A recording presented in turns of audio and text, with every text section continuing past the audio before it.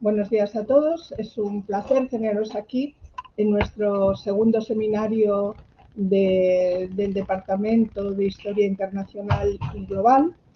Hoy tenemos con nosotros a Rodrigo Escribano, que es investigador Marie Curie en el departamento y también investigador del Centro de Estudios Americanos en la Universidad Adolfo Ibáñez de Chile. Es doctor en filosofía por la Universidad de Sydney y además doctor en América Latina por la Universidad de Alcalá. Su último libro trata sobre el impacto de la independencia hispanoamericana en las culturas políticas de España y del Reino Unido. Luego ha publicado en multitud de revistas españolas e internacionales mucho sobre imperialismo informal, que creo que es uno de los hitos de los que nos va a hablar esta mañana.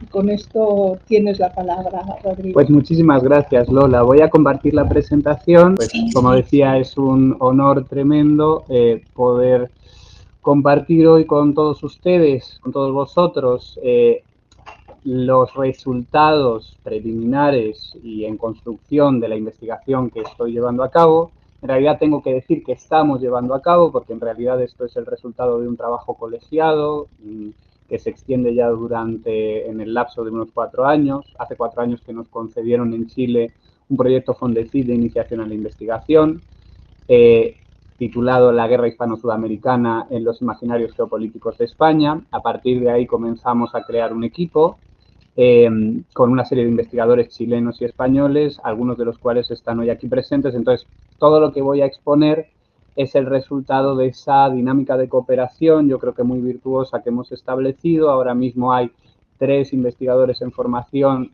trabajando en archivos españoles, 2 investigadores en formación trabajando en archivos chilenos y un equipo también compuesto por Rebeca Viñuela, profesora de la Universidad de Alcalá, Miquel Gómez Gastiasoro, investigador de la Universidad del País Vasco, que están también contribuyendo a este nuevo grupo que estamos conformando, que por ahora está institucionalmente radicado en el Centro de Estudios Americanos de la Universidad Adolfo Ibáñez, que hemos llamado Geopolítica e Ideología en el Mundo Hispánico Global, y que básicamente quiere reinterpretar la política exterior, tanto de España como de las repúblicas latinoamericanas, a la luz de una nueva perspectiva que deja de entenderlas simplemente como periferias del sistema internacional para volver a mirarlas como una suerte de laboratorio posimperial que fue fundamental y que ha sido fundamental en la construcción del orden mundial durante los últimos 200 años, ¿no? La pregunta inicial con la que arrancamos hace 3 años la investigación era muy básica. Aquí tenéis una fotografía de la época, una ilustración de el bombardeo de Valparaíso. El bombardeo de Valparaíso se produce, como muchos sabrán, el 31 de marzo de 1866. Lo perpetra la escuadra española comandada por el contraalmirante Méndez Núñez. Es el resultado final de algo que había iniciado en 1863, cuando el llamado Gobierno Largo de la Unión Liberal decide enviar una escuadra a circunnavegar las costas de Sudamérica y también las costas sudamericanas del Pacífico hasta llegar a México y California. Nosotros nos preguntábamos por qué, en primer lugar, la Unión Liberal organiza esta expedición, que va acompañada de una comisión científica, pero desde un principio sabíamos que la comisión científica no era el móvil principal de la misma, puesto que esta fue una improvisación final que se incluyó en el quehacer de la escuadra en los meses finales de su planificación. Entonces, ¿para qué enviar una escuadra que circunnavegase las costas de Brasil, Río de la Plata, Chile, Perú, Ecuador, Colombia, México y San Francisco, en un contexto como el de los años 1860, en que España ya no tenía un dominio formal sobre lo que habían sido sus antiguos virreinatos y en el que España además ni siquiera había establecido relaciones formales ni tenía un tratado bilateral formal con países del peso de Argentina, de Perú o de Colombia? no éramos los primeros en hacerse esa pregunta, es decir, ¿por qué se envió la escuadra y por qué terminó en un bombardeo que en todo aparentaba ser estéril? Otros se la habían hecho antes que nosotros, empezando por la historiografía clásica de las relaciones internacionales del siglo XIX español. José María Jover ya habló de esta escuadra y de los bombardeos de Valparaíso y más adelante del Callao el 2 de mayo como una política de prestigio, una suerte de improvisación del gobierno de Leopoldo O'Donnell que estaba pensada más bien para parapetar el sentimiento nacionalista al interior de la península a partir de esta suerte de revival de el ideal imperial en la construcción de la idea de nación y para de esa manera consolidar su gobierno en un contexto político isabelino en el cual que se caracterizaba precisamente por la inestabilidad de sus gabinetes. Lo que sucedía es que a nosotros esta respuesta, que además se ha ido perpetuando en una buena parte de la historiografía de la España decimonónica, hasta llegar incluso a, bueno, el último libro editado por el Ministerio de Relaciones Exteriores de España sobre historia de las relaciones internacionales de la misma, vuelve a defender esta tesis, ¿no? Una vez más, y esto estamos hablando del año 2017. A nosotros nos parecía que era una lectura demasiado unicausal y algo pobre.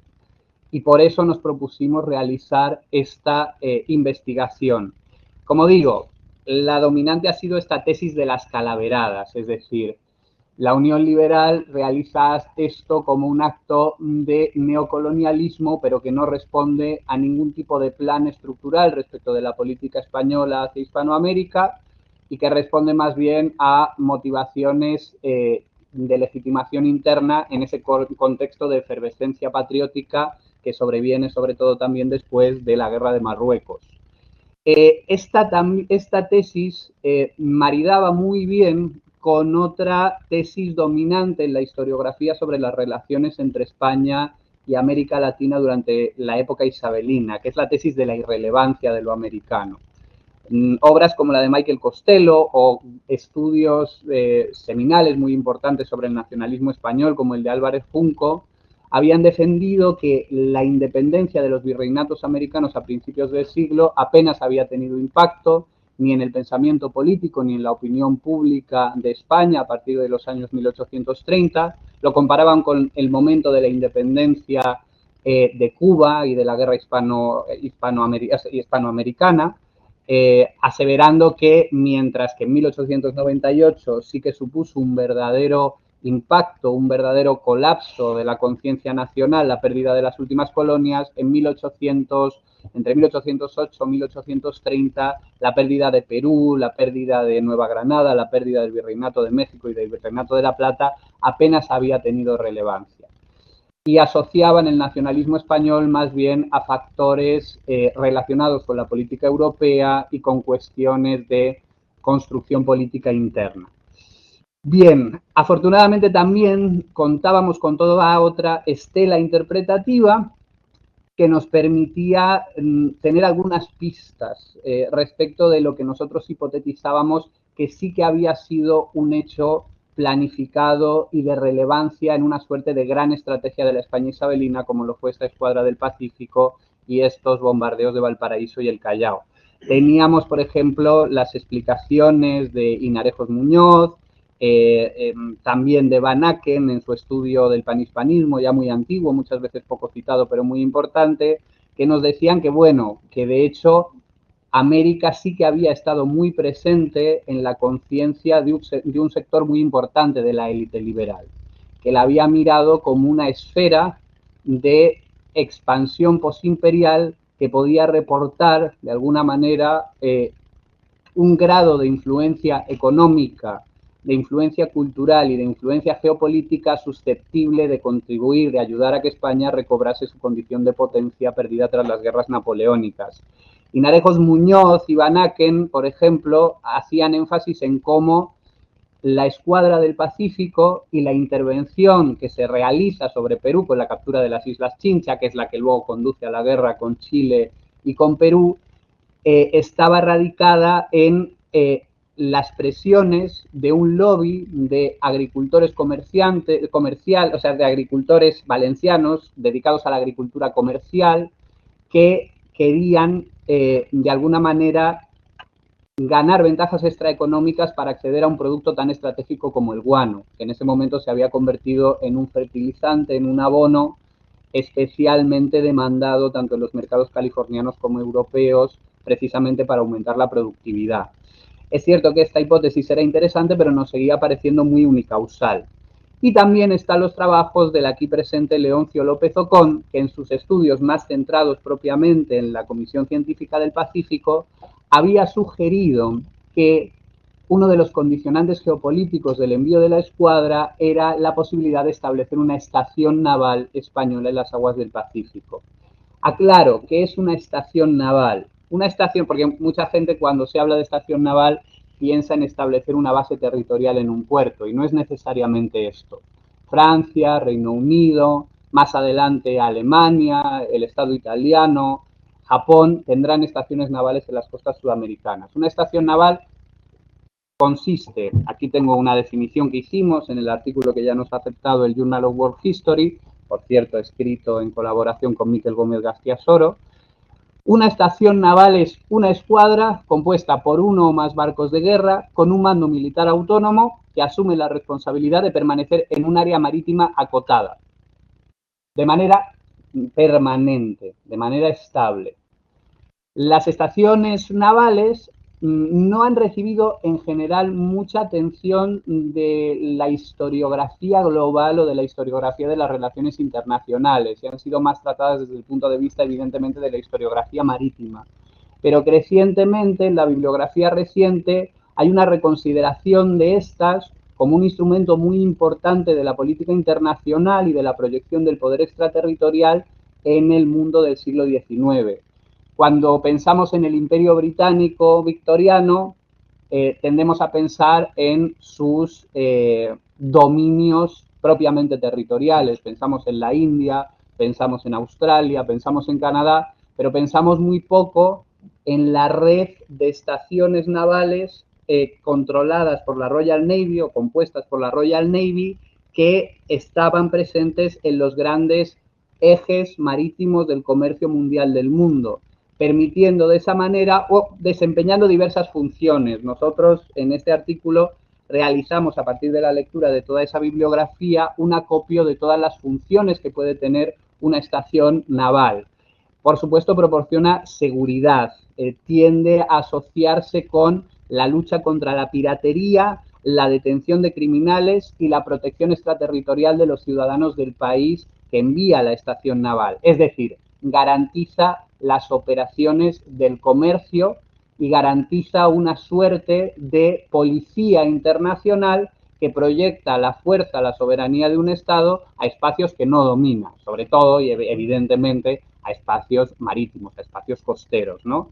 Tiene funciones diplomáticas. Muchas veces los jefes de la estación naval cumplen funciones de representación, sobre todo en aquellos lugares donde no existen legaciones oficiales. Por ejemplo, sabemos que la Estación Naval Británica en el Pacífico cumplía funciones de representación en muchas islas de la Macaronesia y de la Micronesia, donde no había cónsules o diplomáticos del Reino Unido.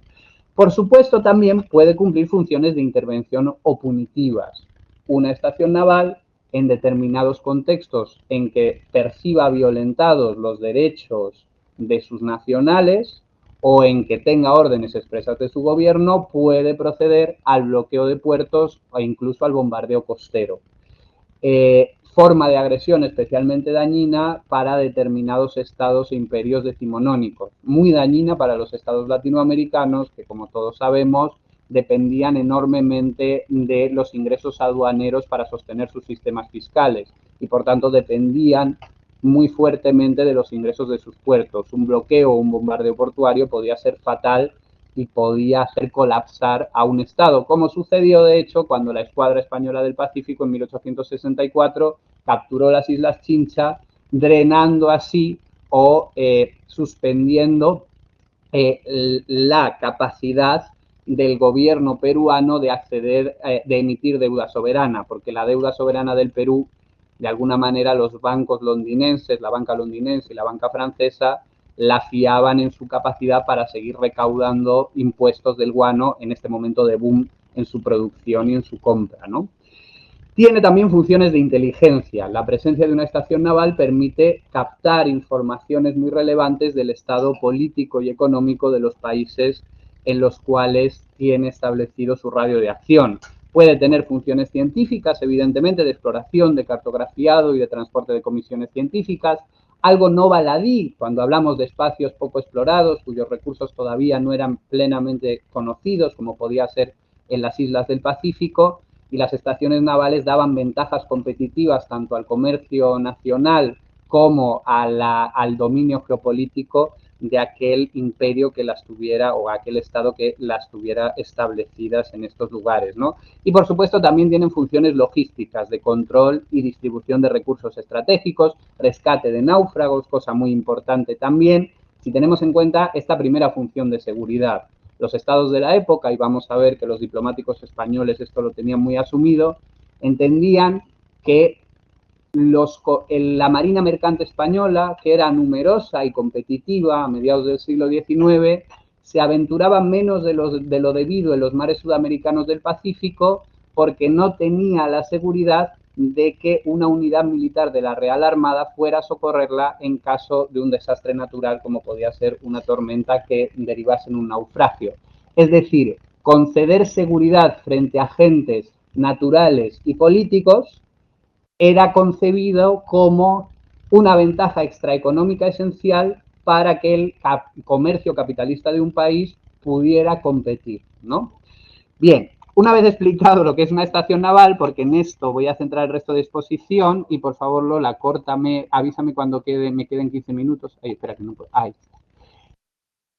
Esta exposición la voy a centrar, aunque hay muchos factores que hemos evaluado en la investigación, precisamente en las peticiones sistemáticas que los diplomáticos, los cónsules, los periódicos, los inmigrantes españoles en Valparaíso, Guayaquil y Lima, y un sector muy importante de la clase, de la burguesía comercial y de la clase parlamentaria española, las demandas que todos estos agentes van a hacerle de manera sistemática al gobierno entre 1841 y 1863 para el establecimiento de una estación naval en las aguas del Pacífico sudamericano.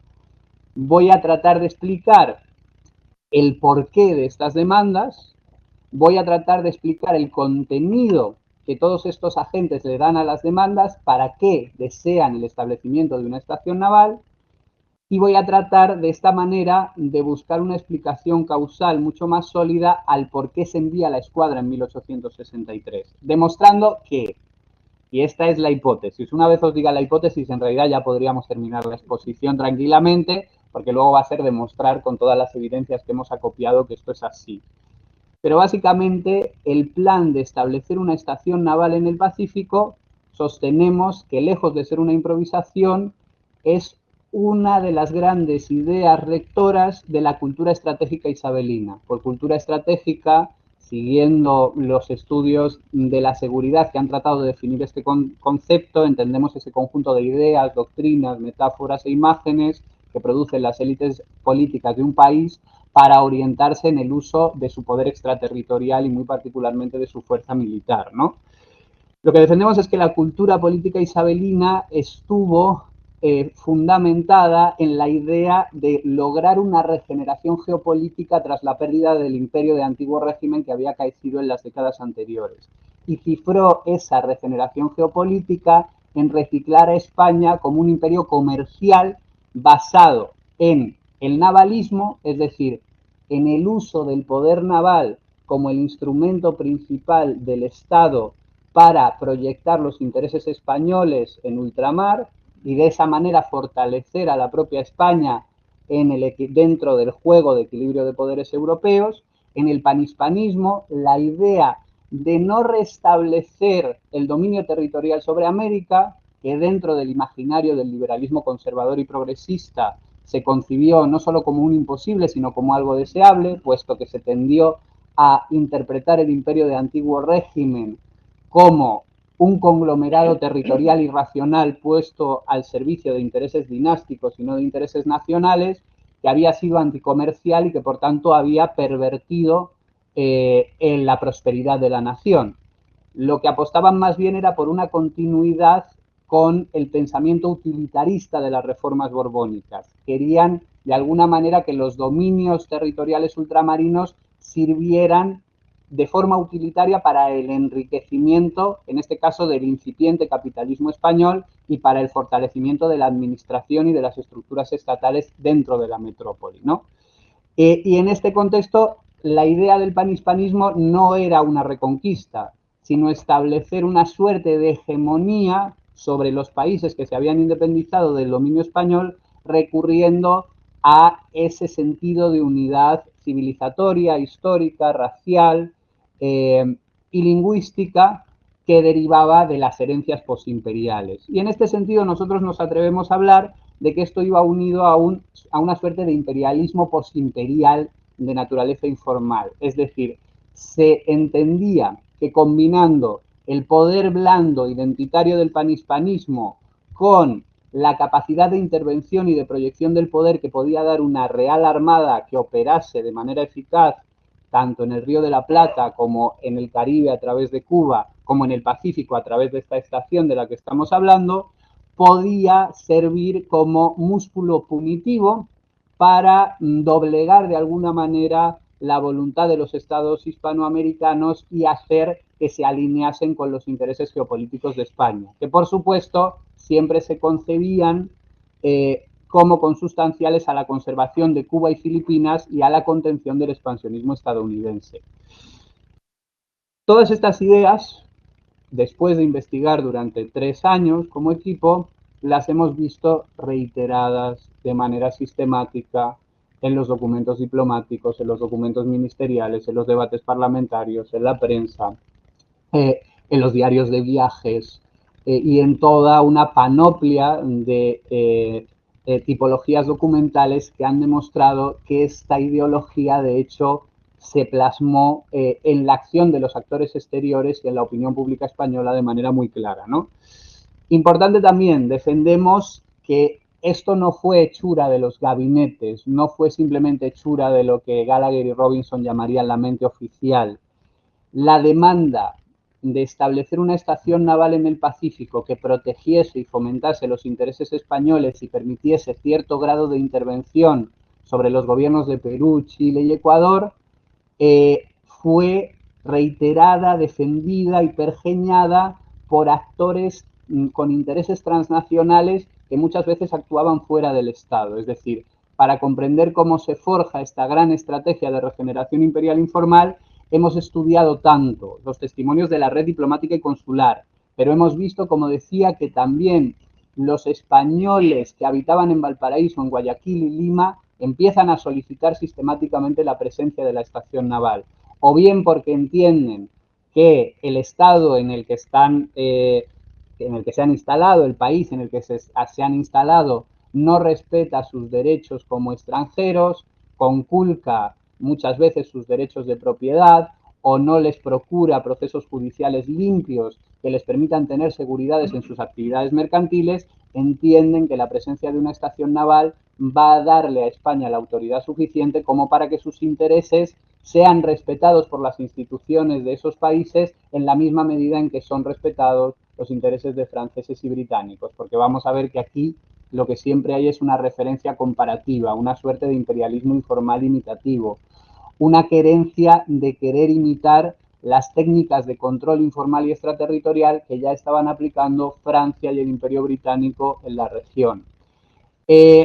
También tenemos a los lobbies comerciales de las ciudades portuarias de la península, cuyos diputados en Cortes van a ser, con independencia muchas veces de su pertenencia ideológica, porque hemos detectado un lobby compuesto tanto por diputados progresistas como por diputados conservadores y unionistas, pero que son diputados de Santander, de Barcelona, de Sevilla, de Cádiz, todas ellas ciudades que a partir de 1845 empiezan a tener pingües ganancias gracias a cierta reactivación de la exportación de productos agropecuarios españoles a Sudamérica. Y vamos a ver cómo estos diputados son los que promueven de manera muy activa la idea de que hay que instalar una estación naval. Es decir, que cuando Leopoldo O'Donnell, Bermúdez de Castro, ministro de Estado, y Zavala, ministro de Marina, deciden enviar una escuadra al Pacífico Sudamericano en 1862, no están improvisando.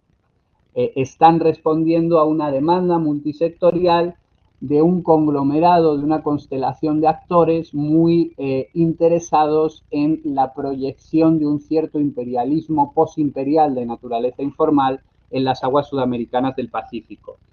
Por tanto, lo que defendemos, lo que defenderé, ya he firmado un libro con Robles que se va a llamar La gran estrategia de España en el Pacífico Sudamericano. Me importa mucho defender y me interesa mucho que la gente se crea que efectivamente España tenía una gran estrategia que condicionó de manera muy clara la acción exterior de sus sucesivos gobiernos y también de los actores transnacionales que estaban inmiscuidos en las relaciones con Hispanoamérica. Cuidado, que mucha gente aquí ya, pues Débora Beseguini, una querida amiga y académica, me dice, pero es que yo no veo una gran estrategia porque no veo un documento en el que haya un plan. Bueno, hay todo un campo muy interesante de estudio y de discusión conceptual sobre lo que es una gran estrategia. Recomiendo un artículo de Nina Silove publicado en 2018, en el cual dice, cuidado, porque una gran estrategia no es simplemente un plan consciente y preciso que se plasme en un documento. De hecho, si pidiéramos eso de algún Estado, ni siquiera los Estados Unidos de la actualidad tienen algo parecido. Una gran estrategia más bien es un patrón de comportamiento derivado de una serie de ideas fundamentales que son asumidas como ciertas, como una ideología rectora por parte de los decisores políticos. La idea de la conservación de Cuba y Filipinas, la idea de la contención de los Estados Unidos y la idea de que estas dos cosas dependían de la creación de una esfera de dominio informal sobre las repúblicas sudamericanas y de que esta esfera de dominio informal no podía prescindir de un poder naval fuerte en las aguas sudamericanas del Pacífico y de que, por cierto, también ese poder naval y esa esfera de influencia iba a permitir reconectar de alguna manera el mercado filipino, el cubano y el peninsular de manera mucho más dinámica y así de algún modo convertir a España verdaderamente en un imperio comercial que generase grandes insumos para la metrópoli. Todas estas ideas están muy presentes en las visiones de lo global del liberalismo moderado y del liberalismo progresista entre 1833 y 1866. ¿Cómo voy de tiempo? Bien, ¿sí? Tenemos todavía 40 o 50 minutos. Sí. No, sí, me los tomo. Porque en realidad ahora iba a empezar a contaros la investigación. Voy a tratar de resumir mucho, ¿no? Porque se trata simplemente de reflejar a través de evidencias cómo se va forjando este imaginario. Hace poco nos hemos encontrado un documento, nos lo encontramos en el archivo de la Marina, que acaban además de trasladar ya todo el papel, los papeles que había antes en Ciudad Real a Madrid. Y nos encontramos una expedición que no nos esperábamos encontrar, que es la expedición del bergantín Legazpi, capitaneada por el comandante Francisco de Aldecoa. Resulta que desde la Capitanía General de Filipinas, yo no sé si tú sabías esto, Lola, se manda en 1833 este bergantín para cobrar los caudales del Consulado de Comerciantes de Manila que estaban al cuidado del cónsul británico en Acapulco y envían a este bergantín Legazpi. Al menos esta es la misión oficial que le encomiendan. Es muy interesante porque es la primera expedición transpacífica de un buque de la Real Armada después de que se hubieran consumado las independencias hispanoamericanas, ¿no? Y es un diario bastante interesante de unas 40 páginas que descubrimos en papel, pero luego nos dimos cuenta de que, como tantas otras cosas, ya está digitalizado en la Biblioteca Virtual de Defensa, ¿no? Y bueno, ¿qué nos cuenta Aldecoa? Que es muy sintomático de cómo se organiza la mente española en lo referente a su política posimperial hacia América. Bueno, lo que hacen es, van por Marianas, llegan al reino de Honolulu, es decir, que se me va la cabeza, a Hawái, perdón, a Hawái, y luego pasan a la costa mexicana. Por cierto, en Hawái ya Aldecoa comenta que los estadounidenses son en todo refractarios a permitirles abastecerse, mientras que los británicos apoyan a España en esta labor de reabastecimiento y nos va dejando claro cierto lineamiento según el cual las monarquías europeas debían combinar sus fuerzas y sus intereses en una suerte de proyección colaborativa de su poder frente a unos Estados Unidos que deseaban cada vez más establecer una suerte de hegemonía y de expansión no solo de su comercio, sino de su modelo de gobierno republicano, tanto en las Américas como a través del Pacífico, ¿no? Y vamos a ver, el diario de Aldecoa es muy interesante porque es muy anglófilo, es muy defensor de la comunidad de intereses de España con Inglaterra y también con Francia, como imperios que deben contener la expansión del republicanismo y la expansión del experimento federal estadounidense, ¿no? Pero el caso es que llega a México. Por cierto, por supuesto, a los países latinoamericanos les sigue llamando reinos. No se ha producido el reconocimiento formal de las independencias. Jurídicamente, la monarquía sigue considerando como propios esos dominios y Aldecoa los nombra todavía como una parte de la monarquía española que simplemente está en rebelión, ¿no? Lo interesante es que cuando trata de pedir permiso para llegar a Acapulco y cobrar los caudales, las autoridades mexicanas se lo impiden. Y entonces, muy interesantemente, Aldecoa recurre a la Estación Naval Británica del Pacífico, a la corbeta de guerra Samaran, como dice en este fragmento que os ofrezco, que efectivamente les socorre y obliga a las autoridades mexicanas a acoger al bergantín español en los puertos y a permitir que hagan su transacción. Ya aquí vemos de manera muy clara como Aldecoa en este primer viaje postimperial está subrayando la importancia de la presencia de un poder naval fuerte para que las relaciones se normalicen en términos ventajosos para España. Lo interesante también es que más adelante, a pesar de que supuestamente la misión era simplemente consistía en cobrar los caudales de México, sin embargo, como es natural, el bergantín aprovecha y realiza una suerte de circunnavegación de reconocimiento por todas las costas sudamericanas. Y por supuesto manda un informe detalladísimo de las fuerzas navales y militares que tiene cada una de las repúblicas y del estado político de cada una de estas.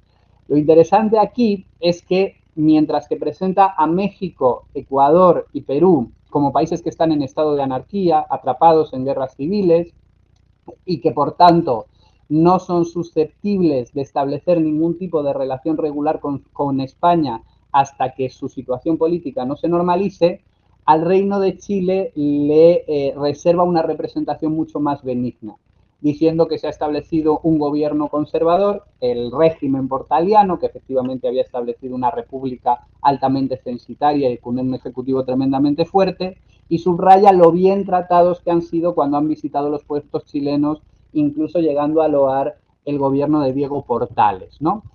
¿Qué está diciendo aquí Aldecoa si lo interpretamos en las claves ideológicas del momento? Aunque les llame reinos, ya está asumiendo que va a tener que haber algún tipo de acomodo y algún tipo de reconocimiento por parte de España. Pero también está subrayando que en aquellos gobiernos que son presa de la anarquía, va a ser necesario el uso de cierta fuerza y particularmente de la fuerza naval para garantizar el buen trato a los españoles y para garantizar que la monarquía española pueda desplegar a sus representantes diplomáticos con garantías de tener influencia. Mientras que en este caso al Reino de Chile lo representa como un potencial socio confiable, que por su cultura política conservadora y su hispanismo, porque subraya el amor por los españoles, el buen estado de cosas de la comunidad de españoles en Valparaíso, que no era muy numerosa, pero era relevante en este momento. Los españoles en este momento en Valparaíso controlaban el comercio minorista, por ejemplo, en el barrio del Almendral, ¿no? Entonces está diciendo, está ya estableciendo de alguna manera una divisoria entre aquellos estados hispanoamericanos que respetuosos con la herencia política de la cultura hispánica y con un constitucionalismo entendido en términos conservadores pueden ser sujeto de tratados bilaterales igualitarios y aquellos estados que de alguna manera por su anarquía son susceptibles de ser intervenidos o de ser amenazados a través del poder naval, ¿no? Vamos a ver que esta dicotomía va a seguir muy presente en años venideros cuando ya lleguen los representantes oficiales de España a las repúblicas. Y esto ya es importante y es algo que relativiza con mucho también la historiografía que hay hasta el momento. En obras como la de Michael Costello, como la de Álvarez Junco, incluso David Marsil Hassi, existe esta creencia de que España tendía a representar a América Latina como un todo, que no había un discernimiento muy claro del rol de cada uno de sus estados en el futuro geopolítico de la nación. Sin embargo, aquí vemos que eso no es así, ¿no? No es lo mismo Chile en la gran estrategia española que Perú o que Ecuador, puesto que los intereses y la manera de percibir sus regímenes políticos es muy distinta. Voy a dar un acelero. Hemos detectado distintos momentos. Este momento entre 1833 y 1843 es uno de los menos estudiados en términos de historia de la política exterior española y también muy concretamente de la historia de la política exterior hacia Hispanoamérica. Se le había presentado muy poca atención, en buena medida porque ciertamente es un momento en que España tiene muy poco margen de política exterior. Está atrapada en una guerra civil muy destructiva. España está haciendo la independencia de la monarquía católica, ¿no? Podríamos decir que es la última guerra de independencia latinoamericana en el sentido de que un Estado moderno y constitucional está desmantelando violentamente esa cultura política antiguo regimental que representa el carlismo, ¿no? Entonces, efectivamente es un momento de decrepitud geopolítica. La Real Armada de la década de 1830 apenas da para proteger las costas peninsulares y Filipinas. Y efectivamente los ministerios están mucho más preocupados por medir el margen de influencia que Reino Unido y Francia van a tener sobre la propia España que por ningún tipo de experimento expansivo. Sin embargo, nosotros, que en el proyecto tratamos de combinar de manera sistemática no solo fuentes propias de la historia internacional o geopolítica, porque para entender cómo un país define sus grandes estrategias y se proyecta en el teatro global, también hay que entender su historia intelectual, la historia de su opinión pública. Y aquí es donde encontramos cosas muy interesantes en esta década. Sí, los gobiernos ni sueñan con la posibilidad de regenerar la influencia de España sobre América Latina porque no existen los elementos fácticos de poder. Pero la intelectualidad liberal en los periódicos, en una serie de tratados, va definiendo cómo debiera ser la posición de España en el mundo y en Hispanoamérica una vez se haya salido del bache que supone que suponen las guerras carlistas.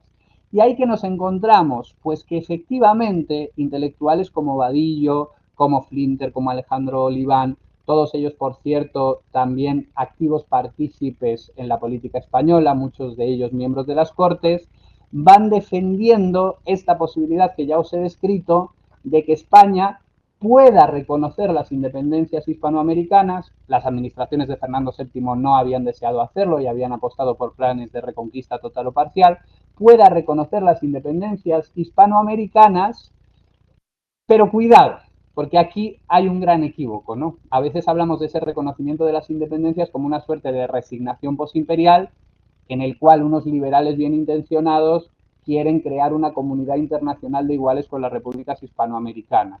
Si nos atenemos simplemente a la historia del derecho, esto podría ser así. Pero nosotros vemos cómo los liberales, tanto en sus tratados como en las sesiones de las Cortes Constituyentes de 1836, en que el Congreso le da permiso a los gobiernos para negociar los tratados, y cómo en los documentos internos del Consejo Real de España e Indias, con la comisión que nombra el gobierno del conde de Toreno para ver cómo se procede con las repúblicas hispanoamericanas, en todas estas esferas discursivas se asocia el reconocimiento con la posibilidad de reciclar la influencia posimperial de España. Es cierto que en este momento cunde un cierto internacionalismo panhispánico. En este proceso de los reconocimientos son los progresistas los que tienen la batuta. De hecho, en la comisión del Consejo Real de España e India son Gil de la Cuadra y Quintana los que más capacidad decisoria tienen, que son dos connotados progresistas. Y los progresistas en este momento, si vemos todos estos discursos, piensan que solo el hecho del reconocimiento, la firma de tratados bilaterales, la promoción a través de la opinión pública en las repúblicas hispanoamericanas de la idea de que hay una reconciliación de las Españas, de un recuerdo positivo de la Constitución de Cádiz como un legado constitucional compartido y la reconexión de los intereses mercantiles, todo esto combinado va a hacer que pacíficamente España vuelva a tener una influencia, ¿no? No va a ser necesario y los discursos progresistas no enfatizan bajo ningún concepto la idea de una intervención o la idea de recurrir al poder militar de la Marina de Guerra. Pero lo que sí entienden es que se va a producir esa hegemonía a través de estos mecanismos del derecho internacional y de la opinión pública.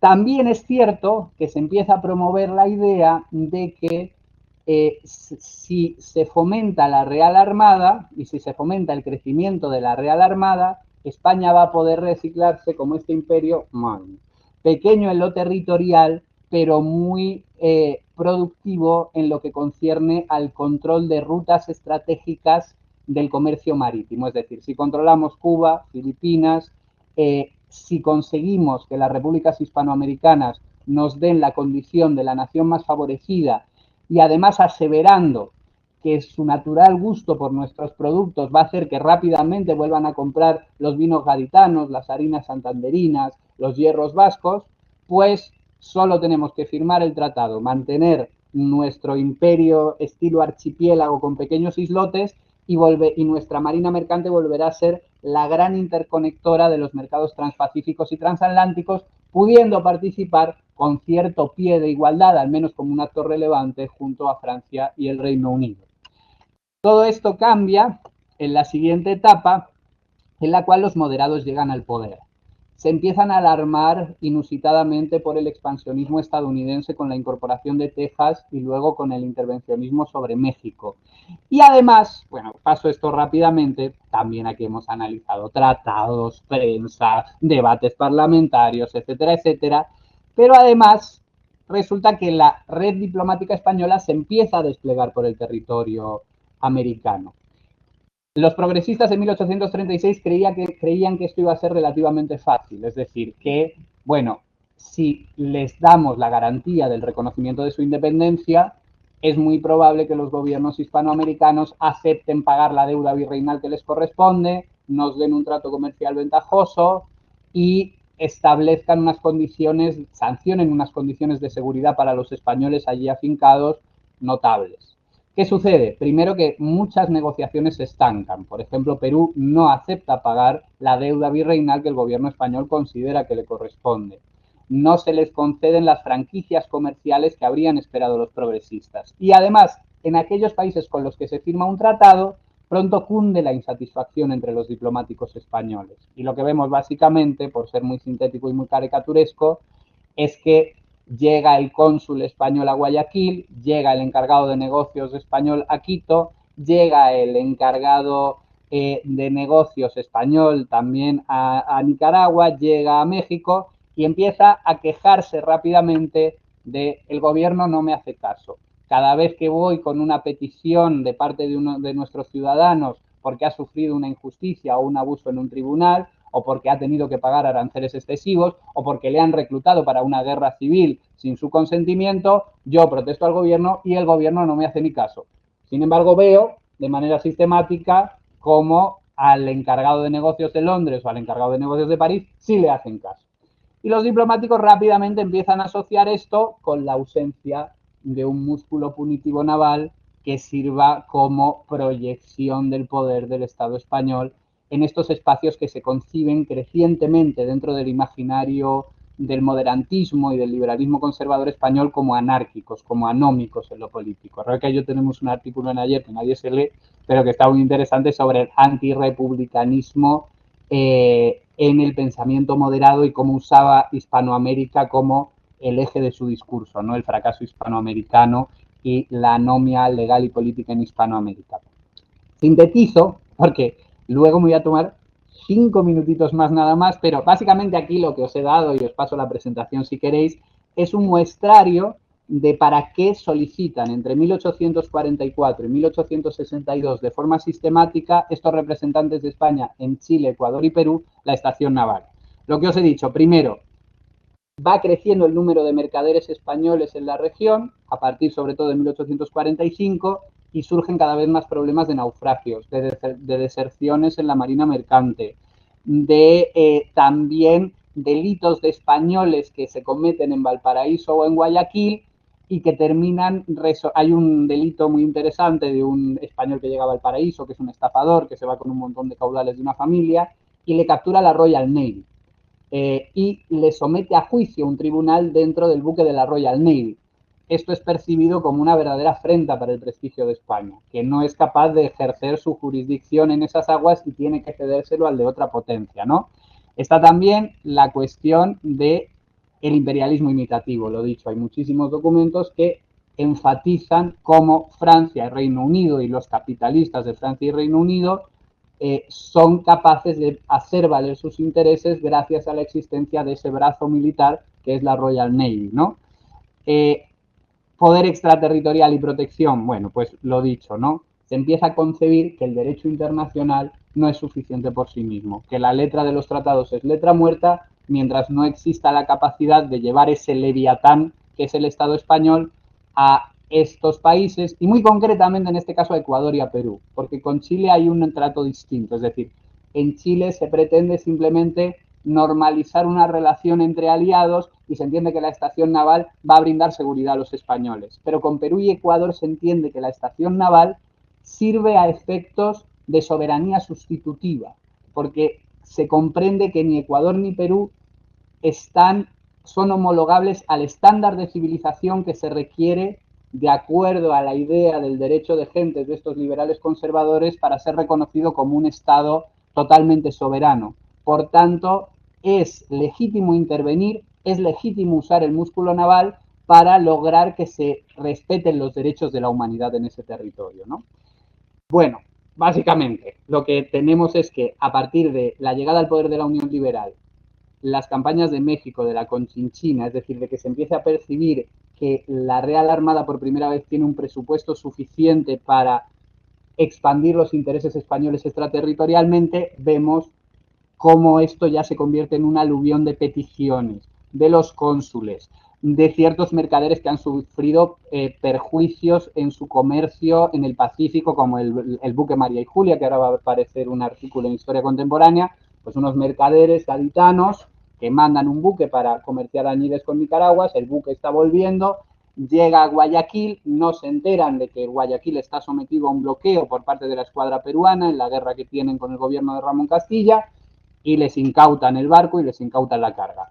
Y los capitalistas de la María y Julia, que no son solo gaditanos, sino que también son londinenses, rápidamente escriben al gobierno español diciendo están conculcando los derechos de la humanidad, tiene que ser el gobierno español con sus cañoneras el que haga cumplir, en este caso, la letra de los tratados. En este caso no había ni siquiera tratado y empieza a imponerse la idea de que para firmar con Perú un tratado ventajoso había que llevar primero barcos que amenazasen al Estado peruano, ¿no? Incluso Eduardo Asquerino, que es un progresista, que está convencido de que, por ejemplo, las relaciones con Chile tienen que ser de igual a igual, en el caso de Perú defiende que el envío de una escuadra podía permitir que en el Tratado de Reconocimiento se estableciese la existencia de comisiones mixtas que juzgasen los delitos españoles en Perú con funcionarios diplomáticos españoles, con un cuerpo colegiado de funcionarios diplomáticos españoles y peruanos. Esto es casi imperialismo informal francés en el Imperio Otomano, es decir, esta idea de la comisión mixta y de que yo creo los tribunales que juzgan a mis propios ciudadanos en otro estado es un nivel de asimetría de poder muy notable y muy propio de los llamados tratados desiguales que se consideran uno de los elementos más significativos del imperialismo informal. Emigrantes que escriben, aquí tenemos un montón de evidencias. Periódicos de españoles afincados en el Pacífico, como el Eco del Pacífico, el periódico de los españoles de San Francisco, que escribe pidiéndole a la Unión Liberal que de una vez por todas mande la estación naval. Tratados militares que establecen el por qué es importante crear una estación naval en el Pacífico para reconectar con Filipinas a través de Sudamérica y poder tener un sistema de seguridad en caso de una agresión estadounidense. Cartas de los cónsules diciendo que han hablado con el presidente ecuatoriano García Moreno y que les ha prometido que él va a facilitar incluso que puedan instalarse en la isla de Puná, en Guayaquil. Grandes debates parlamentarios en los cuales individuos como Eusebio Salazar y Mazarredo, que se convierte en el gran lobista de la estación naval, defienden no ya la idea de la estación naval, sino la idea de un verdadero segundo imperio español, basado en el dominio de estas grandes rutas oceánicas y en la presencia de sus estaciones navales como complemento al dominio de Cuba y de Filipinas. Y ya me voy a callar, porque tenía que explicaros otra cosa que me podéis preguntar, y es lo siguiente. La conclusión de esto es lo que he dicho en la hipótesis. El bombardeo del Callao y de Valparaíso, que devino del estallido del conflicto tras una intervención en Perú con la captura de las Islas Chincha, que devino del envío de una escuadra que circunnavegase las costas del Pacífico. Ninguno de estos hechos, y particularmente la captura de las Islas Chincha, fueron improvisados. Fueron ejercicios que guardaron un alto grado de coherencia con la gran estrategia que pergeñaron el liberalismo moderado y unionista durante la España isabelina para lograr una cierta regeneración de la monarquía como potencia global. Y además, como he dicho, esto no simplemente fue hechura intelectual de los gabinetes, de las esferas gubernamentales. Respondió a un movimiento multisectorial, con muchos actores transnacionales que fueron articulando demandas que terminaron en la organización de esa escuadra. La cosa salió mal, porque los bombardeos de Callao y Valparaíso precisamente son la expresión de que esa intervención sobre Perú, que logró que se firmase un tratado desigual, el Tratado Vivanco-Pareja, que colmaba todas las expectativas españolas, no contó con la compleja geopolítica de la región y con que Chile concebía su papel en la misma en términos también muy imperiales, y con que Chile concibió la intervención en las Chinchas como una amenaza a sus propios proyectos expansionistas y de control de los recursos estratégicos en esas costas de América.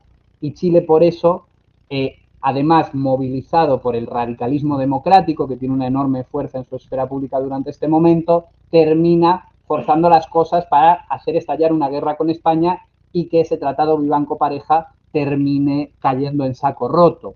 Con lo cual España, esa gran estrategia española, no tuvo las condiciones para implementarse porque, entre otras cosas, tuvo una percepción errada de los equilibrios de poder en la región. Y, entre otras cosas, también lo que no tuvo fue la capacidad, después de los bombardeos de Valparaíso y del Callao, de volver a enviar una escuadra que definitivamente se estableciese allí permanentemente. ¿Por qué no tuvo esta capacidad?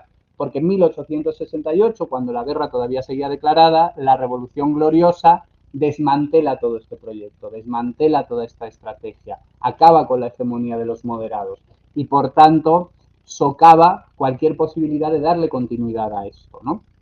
Bien, lo último que iba a decir, os quería contar, esta era la primera mitad de la presentación, porque la segunda es que, claro, con la Unión Europea el compromiso es interdisciplinar, la interdisciplinariedad. Lo que yo propuse es, bueno, es muy útil entender estas dinámicas de conflicto entre España y las repúblicas hispanoamericanas si hacemos un ejercicio de sociología histórica, es decir, no centrándonos en la explicación narrativa de hechos particulares, sino tratando de identificar un problema histórico y abordándolo de manera comparativa para generar un modelo, una teoría que nos permita deducir cosas respecto del futuro.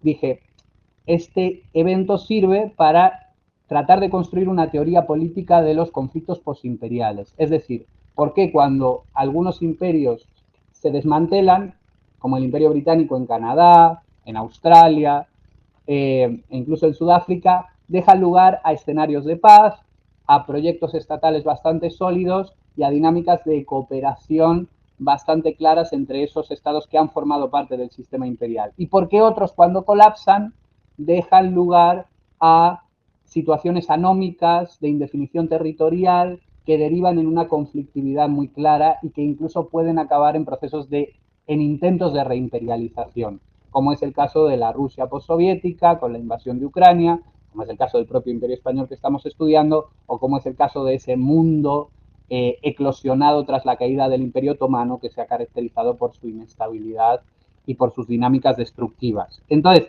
Lo que he estado haciendo estos meses es tratar de leer como un loco toda la bibliografía que pudiera potenciar, al margen de la historiografía y de la bibliografía historiográfica que ya conocemos, que pudiera servirme para que esta experiencia de España sea un insumo para crear un modelo que permita comprender el por qué suceden los conflictos postimperiales, ¿no? Pero ya no tengo tiempo a explicaros mi modelo que he ido urdiendo, pero si alguien me quiere preguntar, pues yo lo contesto.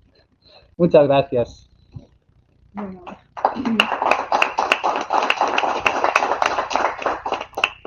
Ah, sí, quito la presentación. Al momento dejo de compartir. Y así podéis volver a vernos en todo nuestro esplendor. Ahí está. Pues muchas gracias, Rodrigo, por tu presentación, que me da la impresión de que tendría para otras 2 horas, no 1 hora, sino 2 horas más por lo menos, ¿no?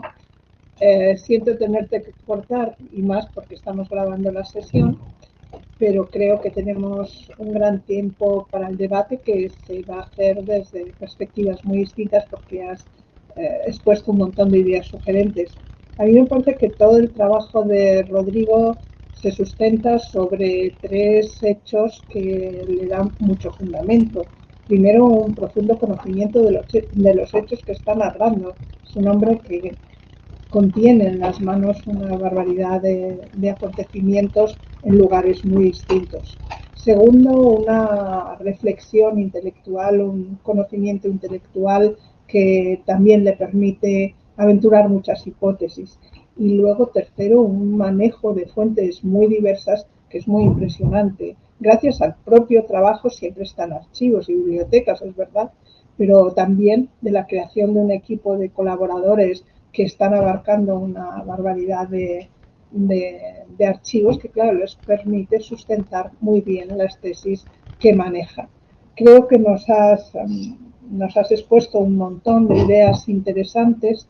Seguro que va a haber muchas preguntas. Yo te haría una primera pequeñita para todo el gran artefacto intelectual que has construido. Mi pregunta va a ser pequeñita, pero muy relacionada con mi trabajo. Vamos a ver. Yo, al trabajar sobre cónsules, veo que las funciones no son muy diferentes, al revés, casi son mucho menores que las de las estaciones navales, pero que implican una negociación con las autoridades locales previas bastante complicadas, y hasta que no se tiene un exequatur no se pueden hacer esas actividades. Y sin embargo, por contraste, encontramos unas estaciones navales que están ejerciendo unas funciones aún más amplias que las de los cónsules. Y yo te pregunto, sin una negociación local, ¿quién les da la potestad para poder hacer todas esas funciones? ¿Solamente la fuerza o tienen un reconocimiento a su capacidad? Buena pregunta, es una excelente pregunta. Vamos a ver, en realidad da la impresión, o cunde la impresión, y también en toda esta documentación en que ellos solicitan la estación naval, de que la misma se puede establecer de forma bastante discrecional, en la medida en que los puertos latinoamericanos son puertos francos y abiertos al comercio, se sobreentiende, o esta documentación sobreentiende, que la presencia de 2 buques de guerra no necesariamente tiene que contar con la aprobación formal del gobierno, en este caso latinoamericano de turno, ¿no? Ahora bien, también es cierto que cuando se presentan buques de guerra se entienden que hay una serie de formalidades rituales, como el saludo a través de cañonazos y demás, que de alguna manera requieren o implican un reconocimiento de esa presencia oficial y diplomática, ¿no? Entonces, yo diría que en todos estos casos, estoy pensando en las estaciones navales que se establecen y las más activas y que operan de forma más clara, que son la británica y la francesa, tanto la británica del Río de la Plata y del Pacífico como la francesa, que cumple las mismas funciones, siempre llegan después del establecimiento de relaciones oficiosas con los cónsules. Es decir, siempre suele llegar el cónsul, y una vez el cónsul ha llegado y ha avisado al gobierno de la futura presencia de esa estación naval, se envían estas unidades de las armadas, ¿no? Es decir, que forma parte de toda esa panoplia de instrumentos de interacción que se comprenden como legítimos en la política decimonónica. Ahora bien, claro, ¿cuál es la ventaja de la estación naval? Que puede estar allí como un instrumento diplomático, formal, de interacción y perfectamente reconocido. De hecho, por ejemplo, la estación naval española en el Río de la Plata, que no hemos tenido tiempo de hablar de ella, pues al final deviene de la negociación que Carlos Creus, el representante especial de España allí, tiene con el gobierno de Montevideo y de Buenos Aires, y a los gobiernos de Montevideo y de Buenos Aires incluso les viene bien esa presencia, porque no deja de ser, las estaciones navales no dejan de ser una policía internacional que me garantiza que la piratería va a estar lejana, que me garantiza que este tipo de criminales que tratan de huir a través del mar, como este español, que resulta que era un estafador y demás, pueden ser detenidos ya en alta mar. Y por tanto los gobiernos latinoamericanos, cuando hay buenas relaciones, tienden a estar abiertos a la posibilidad de una estación naval. En este caso, los gobiernos del Río de la Plata, en la negociación con Creus, dicen, bueno, perfecto, pero si están aquí presentes buques españoles, tienen que asegurarnos que en caso de que haya un conflicto o que haya un episodio de violencia en Montevideo o en Buenos Aires, van a socorrer a aquellos que les pidan subir al bote, ¿no? Entonces lo consideran un espacio, o sea, un espacio de securitización o un instrumento de securitización. Ahora bien, ¿cuál es la ventaja de la estación naval? Que puede funcionar tanto en términos legales como extralegales. Y que por más que el gobierno no lo apruebe, cuando un buque de guerra del calado de una fragata o de un navío arriba a un puerto, los gobiernos latinoamericanos tienen poca capacidad de resistencia ante eso. Porque, entre otras cosas, además, las marinas de guerra de Perú y de Chile y de Ecuador están muy poco desarrolladas, justo hasta el bombardeo de Valparaíso y del Callao, en que empieza una carrera armamentística entre Chile y Perú para ver quién se queda con la hegemonía marítima. Es decir, en realidad diríamos que la guerra hispano-sudamericana termina con la conquista de Lima por parte de Chile, porque es una disputa por la hegemonía de esa área marítima en que luego guarda una enorme continuidad, porque Chile tiene la percepción, una vez Valparaíso ha sido bombardeado, luego el bombardeo del Callao deja un resultado muy ambivalente, muy ambiguo, porque vale, la flota española destruye una serie de baterías que defendían el Callao, pero se tiene que marchar porque queda muy dañada, ¿no? Entonces, la impresión de la opinión pública internacional es Perú le ha ganado la guerra a España, mientras que Chile decide desarmar Valparaíso y permite el bombardeo. Y ahí Chile se da cuenta de que la Pax Británica ha terminado, porque la gran expectativa de Chile era que la Royal Navy se interpusiera frente a la escuadra de Méndez Núñez, y lo que pasa es que estamos en un momento de cambio sistémico de poder internacional, en que Inglaterra sigue siendo el hegemón, pero ha habido poderes locales, regionales e imperiales que pueden plantarle cara en ciertos escenarios regionales. Y en ese momento la Royal Navy, si se enfrenta a la escuadra de Méndez Núñez, pierde.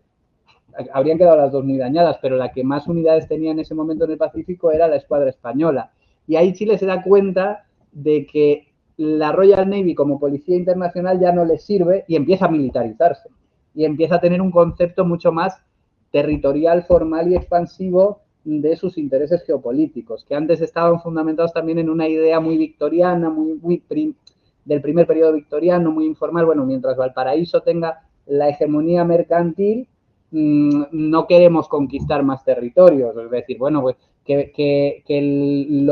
los salitres son formalmente de Perú porque domina Antofagasta, si los empresarios van a ser chilenos y van a tener que comercializarlo en Valparaíso, nos da igual. Pero aquí cambian las reglas del juego y se dan cuenta, o es un impacto muy grande el bombardeo de Valparaíso. Pero bueno, básicamente las estaciones navales, entonces lo interesante es que navegan entre el espacio legal y extralegal.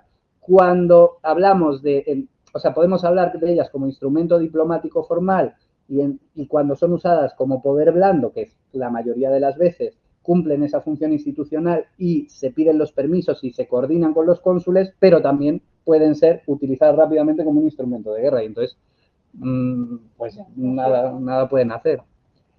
Bueno, pues con esto abrimos el debate que tenemos, Pablo, hasta las 2. Hasta y media. 1:30 nada más. 1:30 menos cuarto. Bueno, pues entonces vamos a agrupar preguntas. Qué estricto es Pablo. ¿Tenéis alguna cuestión?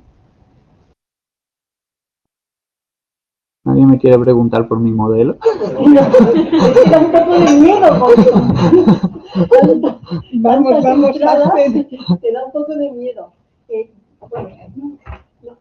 Bueno, a mí me parece que es eso, ¿no? La complejidad, ¿no? Y que efectivamente cuando entras en las realidades te das cuenta de que las piezas del puzzle, hasta que medio encajan, van multiplicándose, ¿no? Que es lo que pasa un poco contigo, ¿no? Yo, que estoy, como tú sabes, empezando un poquito a entrar en todo este tema, te quería preguntar o que comentaras, porque desde que se toma la decisión, pues yo eso ya lo tengo clarísimo, que primero es la escuadra y luego es la comisión científica, desde que se toma la decisión hasta 1868, en España hay bastante cambio político, ¿no? Y de hecho, desde el 62 al 66, en España, cambio político no solo de presidencias del gobierno, sino también de los miembros del gobierno, ¿no? Entonces, tú has dejado, yo creo que transmitir que hay que se mantiene la misma línea con respecto a lo que está pasando, ¿no? O sea, que hay esta política PAN que se mantiene de alguna manera, ¿no? Porque en el caso del Perú, que tú no, claro, el Tratado de Banco Pareja le cuesta el puesto al presidente del Perú, ¿no? Hay un levantamiento en distintas regiones porque les parece entrevista, ¿no?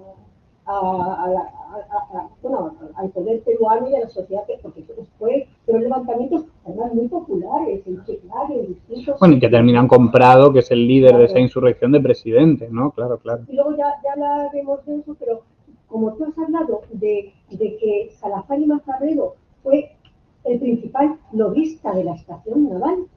Sí, puedo explicar eso bien. De hecho, una de las diapositivas que no se puede enseñar, ni voy a enseñar nunca, me temo, porque nunca llego ahí, pero vamos a ver. Aquí haría una salvedad. Es decir, yo he dicho que existe una gran estrategia de regeneración imperial que tiene como objetivo muy claro convertir a Hispanoamérica en una suerte de área de influencia posimperial y que el poder naval se cifra como esencial para esto. Ahora bien, dentro de estas ideas rectoras caben distintas corrientes de pensamiento. El panhispanismo progresista, por ejemplo, Eduardo Asquerino en las páginas de la América que Leoncio ha estudiado y durante su tiempo en Chile, jamás va a defender el uso de esa estación naval para un bombardeo o para un bloqueo que tenga como objetivo intervenir en la política interna de las repúblicas.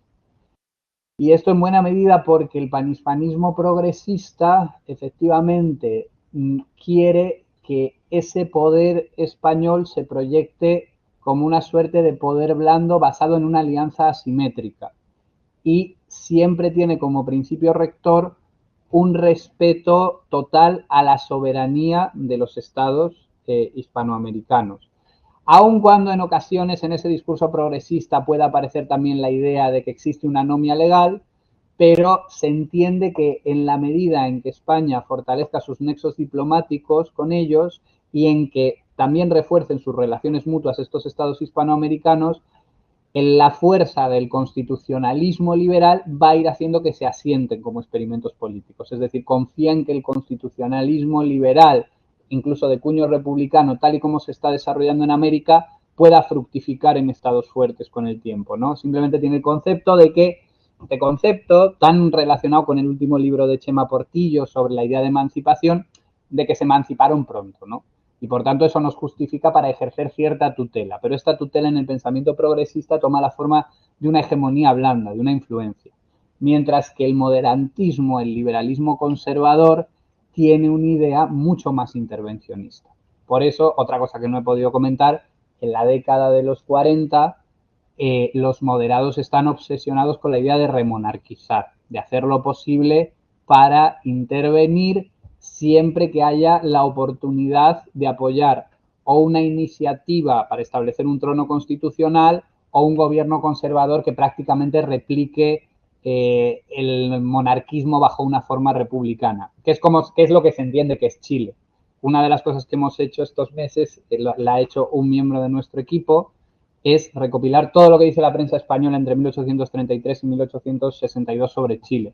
Están enamorados de Chile, los moderados. ¿Por qué? Porque tiene una constitución tremendamente conservadora, con ejecutivos de 10 años, con un poder administrativo tremebundo, con muy poca representatividad, y los moderados un poco sí defienden la posibilidad de intervenir cuando lo permitan las capacidades de la monarquía para favorecer este tipo de regímenes. Eso nos explica que apoyen la expedición Flores de manera soterrada.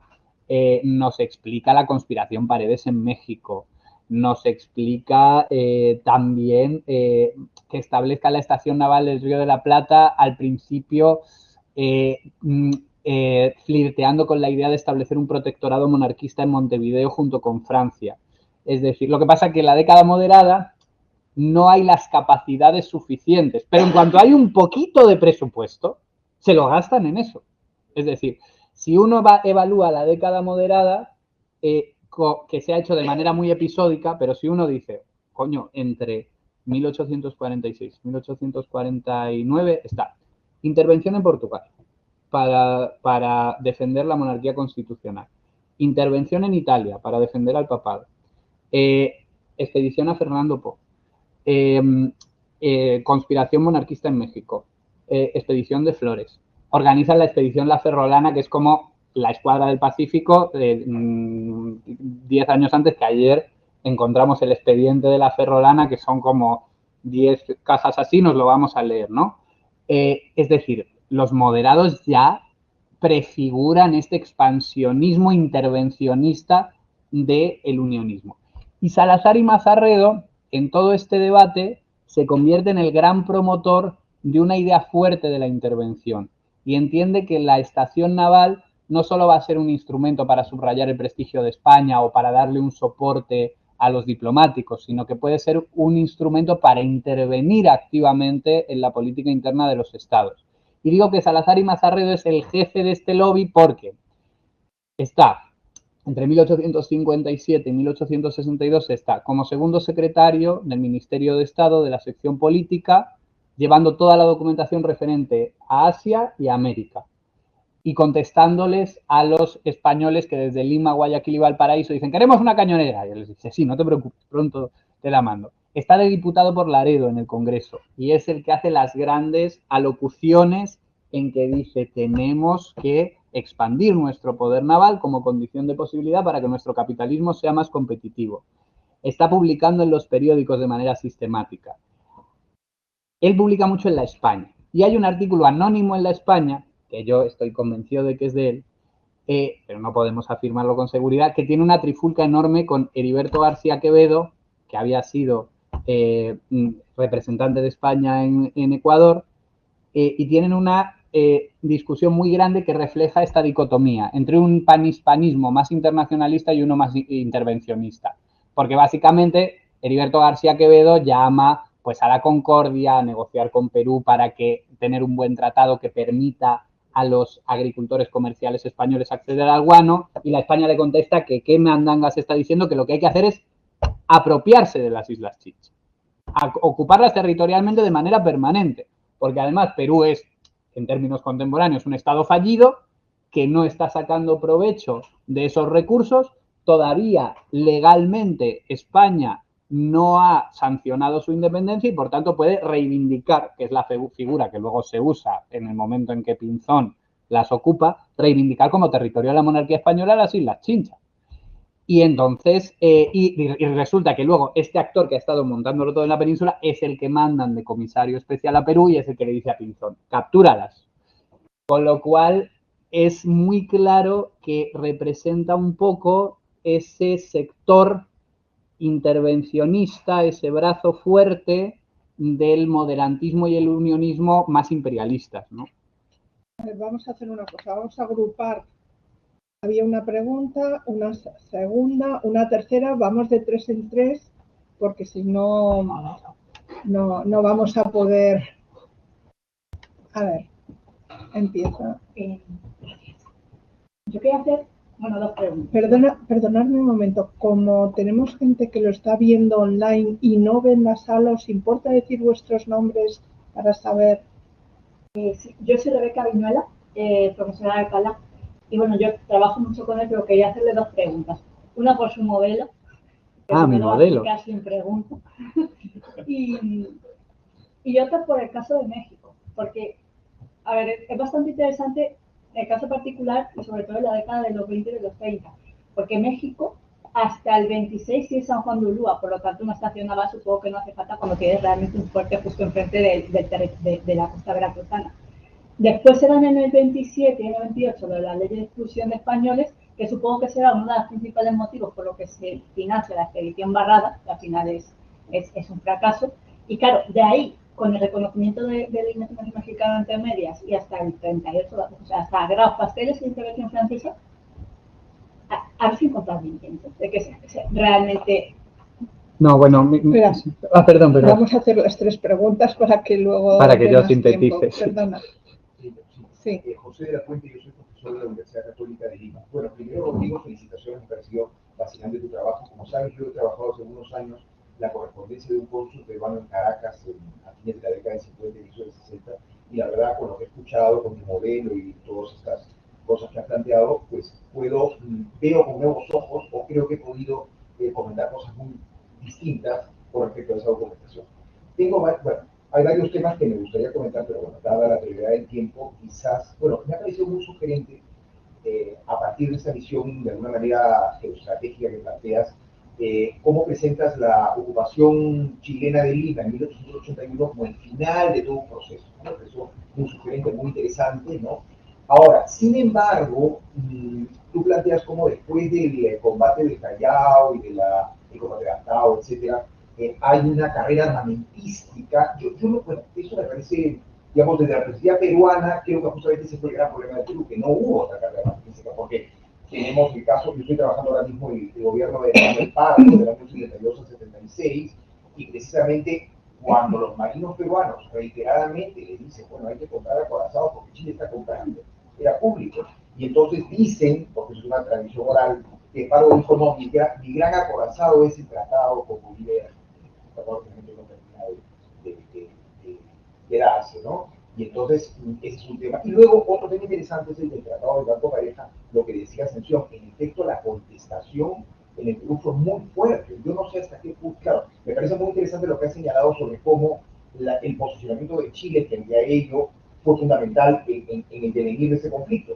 Pero yo creo que también fue muy importante, digamos, haciendo un ejercicio de ucronía, qué hubiera pasado si Chile no hubiera tenido ese posicionamiento y solo se hubiera dado la reacción interna contra el Tratado de Banco Pareja, no lo sabemos, pero me parece muy interesante. Bueno, son más bien dudas las que tengo, pero felicitaciones. Sí, pero muy buenos planteamientos. Sí. Y la tercera pregunta. Hola, buenos días, soy Felipe Sobrino y estoy dando mis primeros pasos en el doctorado y bueno, pues tengo el honor de trabajar con Rodrigo y tenía dos preguntas exactamente para Rodrigo.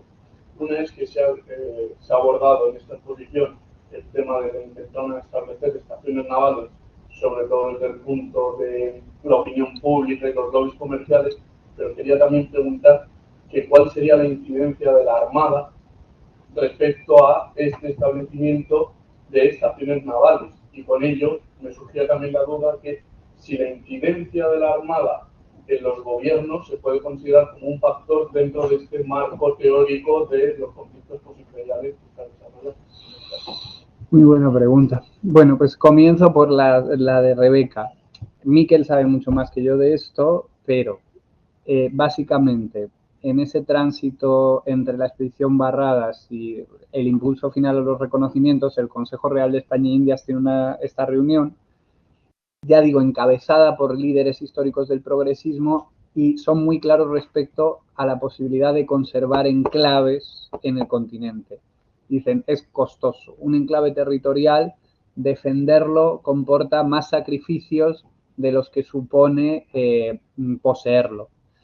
Y además son muy claros en la idea de que para ese reciclaje que le quieren dar a España como una nación comercial con colonias, una potencia marítima, esta es la expresión que utilizan de manera más clara, solo necesitan como enclaves territoriales Filipinas y Cuba, que unidas a la propia península al final son llaves de las grandes rutas oceánicas y marítimas que se prevé van a fructificar con este aumento del comercio mundial que se está experimentando en 1830. Con lo cual, la idea es, con Cuba como dominio formal nos sirve, porque la alergia al dominio formal en los discursos de este panhispanismo es muy grande, porque se concibe, además triunfa esta narrativa histórica, que es además generalmente, o sea, aparece en casi todas las historias de España del momento, que casi siempre también son tratados de política y de geopolítica. Por ejemplo, Modesto Lafuente, hay un artículo que se podría hacer sobre eso, sobre ucronías imperiales. Eugenio Tapia, Modesto Lafuente, los grandes historiadores, escritores de historia romántica en España, cuando hablan del imperio entre el siglo XVI y XVII, siempre se lamentan de ¡ay! ¿Por qué no pusimos nuestra corte en Lisboa? Le dimos las independencias a las Américas y nos centramos en el comercio y en establecer redes basadas en el interés y tuvimos que drenar los recursos demográficos y económicos de la nación en ese dominio clerical y antiguo regimental que solo beneficiaba a la dinastía. Este antidinasticismo y nacionalismo comercial deja muy engranada en la mente de los liberales que no hay que ocupar nuevos territorios, sino mantener las colonias que se conservan, que son plataformas de proyección comercial, y apostar por técnicas informales de dominio. Con lo cual yo creo que la expedición Barradas termina del todo con cualquier idea de establecer cualquier tipo de dominio territorial, por pequeño que sea, sobre el continente americano, porque se han comprobado los costes. Y por esto la estación naval es un buen sustitutivo, porque una estación naval no comporta estar presente, defender un fuerte, mantener un personal muy nutrido, ¿no? Ahora termino, lo del modelo lo digo al final, ¿no? Para José, lo que me ha comentado que me parece muy inteligente. Efectivamente, vamos a ver, bueno, es verdad, yo he dicho, una carrera armamentística lo veo más desde la perspectiva, estoy muy chilenizado yo, me han nacionalizado ahí, pido perdón por ello, pero claro, efectivamente, más que una carrera armamentística es que Chile se arma hasta los dientes y efectivamente si uno estudia los discursos, que lo estamos haciendo también, nuestro equipo en Chile está haciendo un muy buen trabajo de sacar la información del MINREL, del Ministerio de Exteriores, y la impresión en el alto mando, en la alta oficialidad de la Marina chilena es de hemos sufrido una humillación internacional, Perú nos ha superado en estos términos en el teatro marítimo de operaciones, esto puede tener consecuencias fatídicas y hay que rearmarse. Y efectivamente, de la escuadra que tiene en el 66 Chile, que es muy pobre, a la que tiene cuando estalla la Guerra del Pacífico, a pesar de que, bueno, luego Perú hace sus esfuerzos, ¿no? Está el Huáscar y demás, pero media un abismo y efectivamente esa ventaja naval luego explica probablemente la victoria bélica final de Chile.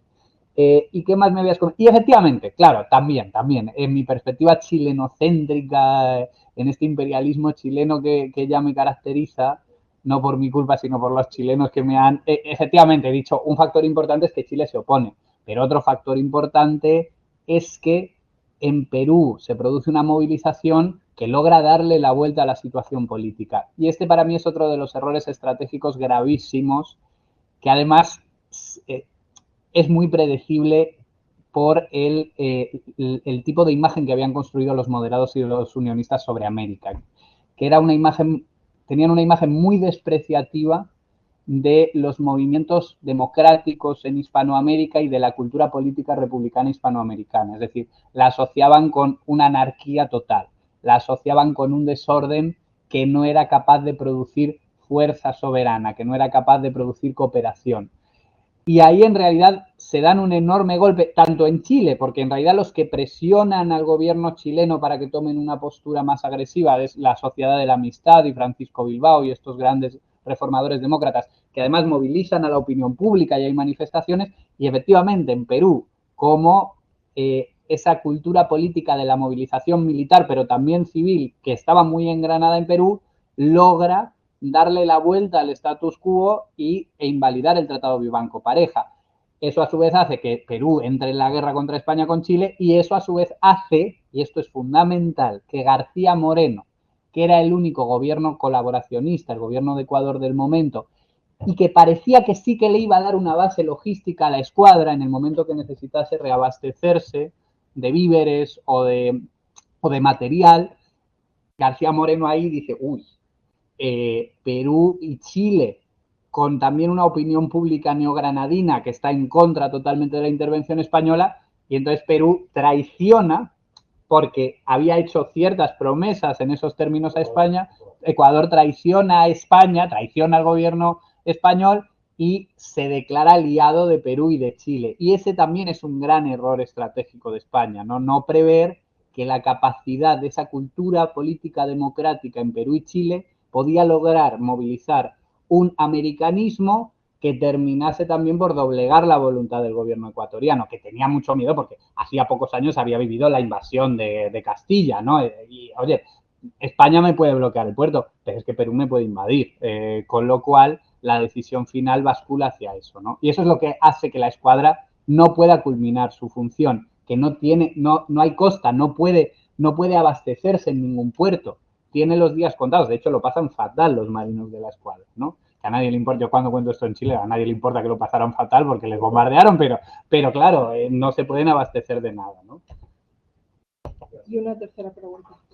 Y me habías preguntado, es muy interesante lo que dices, ¿no, Felipe? Porque si nos vamos al modelo schumpeteriano de análisis, Schumpeter tiene un libro de teoría política sobre los imperios muy interesante, que un poco viene a darle la vuelta al argumento de Lenin y de Hobson, que son los grandes acuñadores del imperialismo como concepto analítico, y asocian imperialismo a una suerte de evolución del capitalismo en que las clases financieras y los comerciantes de un país, como ya no son competitivos o no pueden seguir aumentando sus beneficios en los mercados ultramarinos o en los mercados nacionales, fuerzan al gobierno a que construyan monopolios artificiales a través de la ocupación territorial en las colonias, ¿no? Entonces el imperialismo sería el destilado de los intereses capitalistas. Y llega Schumpeter y dice, mentira, el capitalismo en principio se ha desenvuelto tanto en escenarios imperiales como en escenarios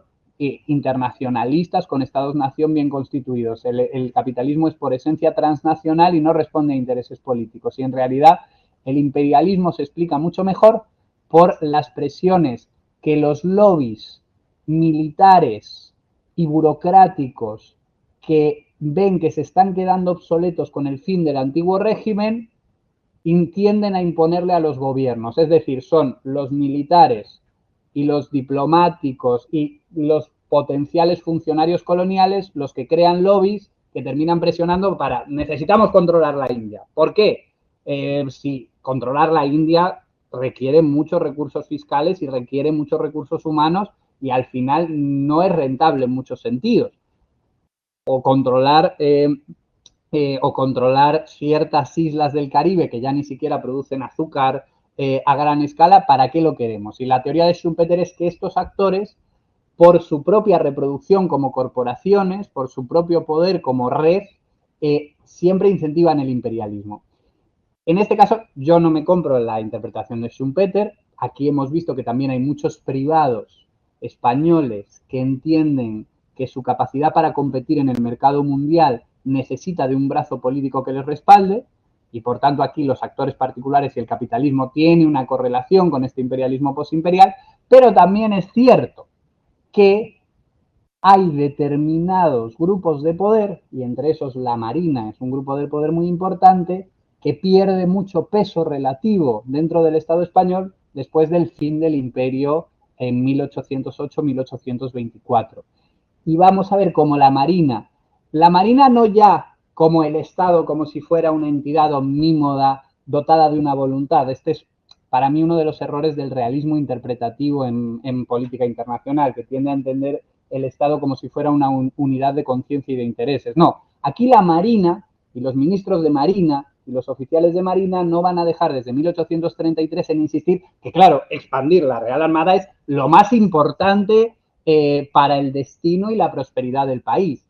Ahí puede haber consideraciones estratégicas transversales, pero también evidentemente hay un interés por la reproducción de la propia Real Armada como una institución poderosa. Esto, por ejemplo, respecto de la Royal Navy como grupo de poder, hay muchos estudios muy interesantes, de Andrew Lambert, por ejemplo, de Kennedy, pero para la Real Armada de España no se ha hecho un estudio de este tipo, ¿no? Que la trate, pues eso, como una entidad autónoma de poder que privilegia determinada visión de la geopolítica y la impone. Otra cosa es Salazar y Mazarredo. Su hermano está en la Marina, tiene una relación muy estrecha con la Real Armada y por tanto ya no solo es que esté interesado económicamente, en que, aparte de que es de Santander y su familia exporta harinas, ¿no?, a América, pero no solo es el interés económico, es que, oye, pues cuanto más sea grande la Real Armada y cuanto más presupuesto vaya destinado a eso, pues mucho mejor para mi lobby, ¿no? Sí, Leoncio, ¿hay más preguntas? Vamos a ver si... Bueno, a ver si puedes... Bueno, Leoncio, Ebu y tu modelo. Pero antes de que lo expliques, bueno, te quiero dar la enhorabuena y para mí es bien interesante todo lo que planteas, pero sigo teniendo interrogantes en el sentido de que simultáneamente a esta toma de decisión en 1862 de enviar la escuadra naval, se está también gestando la expedición de Prim punitiva en una estrategia europea aliada entre Francia, el Reino Unido y España. En el caso de México, ahí parece ser que sí hay una cierta inteligencia estratégica. Prim, que lleva un cuerpo expedicionario poderoso, se retira y esto va a dar lugar a sólidos vínculos entre liberales mexicanos triunfantes en la Reforma y el progresismo y los demócratas españoles en las décadas posteriores. En el caso del Pacífico, faltó un PRI. ¿Por qué se toma la decisión? Yo creo que está influido por lo que comentaba Ascensión, que en el periodo 1862-66 el equilibrio que había en el momento de la expedición de Prim, donde los progresistas mantienen influencia y poder, porque claro, la Unión Liberal es una alianza entre progresistas de derechas, la facción más derechista del progresismo y la facción más aperturista de los moderados. Es un equilibrio inestable que en el caso de México consiguen los progresistas imponer su punto de vista, en el caso del Pacífico no. Todo eso está también envuelto en los debates sobre los debates culturales, sobre el papel de la Nueva España en el escenario internacional, con la ideología nacionalista, que es muy potente en el reinado de Isabel II, pero ese nacionalismo es leído, interpretado de distinta manera por historiadores progresistas como Modesto Lafuente y conservadores que sueñan todavía con la restauración imperial. Es decir, el elemento cultural en toda esta interpretación que estáis planteando vuestro equipo también es importante, porque genera también luego una interacción con los nacionalismos americanos.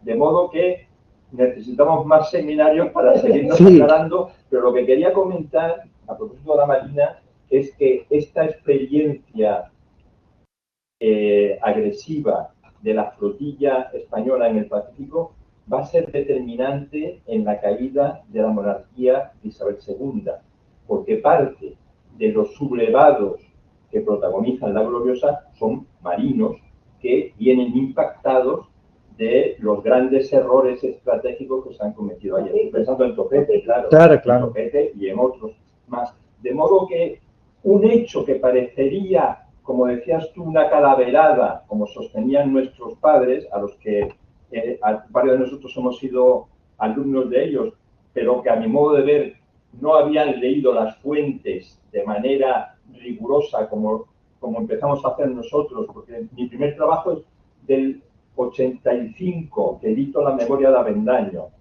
y luego lo estáis controlando vosotros, es un elemento decisivo en la historia política española del siglo XIX. Y creo que esto es importante entonces que sigáis trabajando y avanzando en la miriada de factores que están ahí presentes en luego Galdós, en uno de sus episodios nacionales, lo dedicará a la vuelta al mundo de la Numancia, ¿no? Que era otro artefacto tecnológico muy poderoso y potente y que está también en las aguas del Pacífico. Nada, felicitarte, Rodrigo. Ya creo que hace unos meses ya participaste y es como te conocí, me encantó y me encanta que sigáis avanzando y progresando en vuestras investigaciones. Pero tienes que explicar tu modelo. No voy a poder. Muy brevemente y luego todo el tiempo tuyo. Vale, muy brevemente. Sabes que no estás trabajando en temas, para mí es algo muy bueno todo eso. Espero que me envíes ese trabajo sobre grandes estrategias. Así que lo que mencionaste, perfecto. Me pregunto dos cosas, porque hablando de las estaciones navales, estaba pensando en la presencia alemana en el mar de China, más o menos también, empezando por ahí. Justo en medio del siglo XIX está más o menos empezando también Alemania a proyectarse en el Pacífico. Solo quería saber más o menos dos preguntas de perspectiva. Primera perspectiva, ¿qué perspectiva tenían los españoles acerca de la presencia alemana en esa parte? Si tienen algo, porque tú mencionaste tantas fuentes que has trabajado en todo esto, tal vez hay algo. Y lo otro es que esa perspectiva en Estados Unidos. Estás pensando en la doctrina Monroe. ¿Qué piensan en Estados Unidos sobre el tema de la generación política y imperial de Isabel? Varias conferencias más tienes, ¿no? Bueno, he decidido que no voy a explicar el modelo porque quedan 5 minutos como mucho. No, nada de modelo. Sí, da igual. Sí, mira, ni siquiera lo sé. Es el que modela más el tiempo, sí. Además no lo tengo muy claro tampoco. O sea, era un farol total. Respecto de lo que pregunta, o sea, de lo que comentaba Leoncio, totalmente de acuerdo. Es verdad que yo probablemente tiendo a dar por hecho lo cultural porque es lo que más conozco, porque en realidad, a ver, el libro que publiqué en 2022, que tampoco se ha leído nadie, ahora se va a leer más gente porque está pirateado en Anna's Archive, por si alguien se lo quiere descargar, pero en ese básicamente me centraba en los relatos respecto de Hispanoamérica de las distintas culturas políticas españolas, ¿no?